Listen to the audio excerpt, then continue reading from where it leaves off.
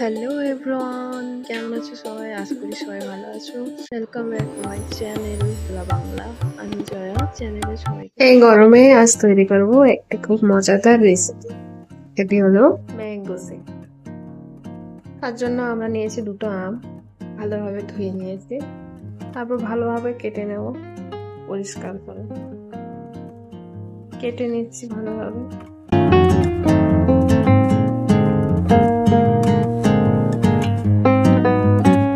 টুকরো টুকরো করে ভালোভাবে কেটে নিতে হবে।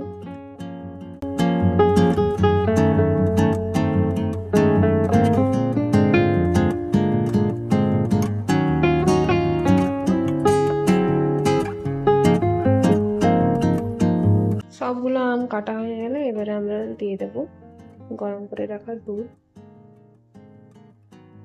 বেশি গরম না, হালকা অল্প উষ্ণ গরম থাকবে। দুধ দেব, তার মধ্যে দেব আমরা গুড় গুড় আর কয়েকটা কাজু বাদাম দিয়ে পেস্ট করে নেব।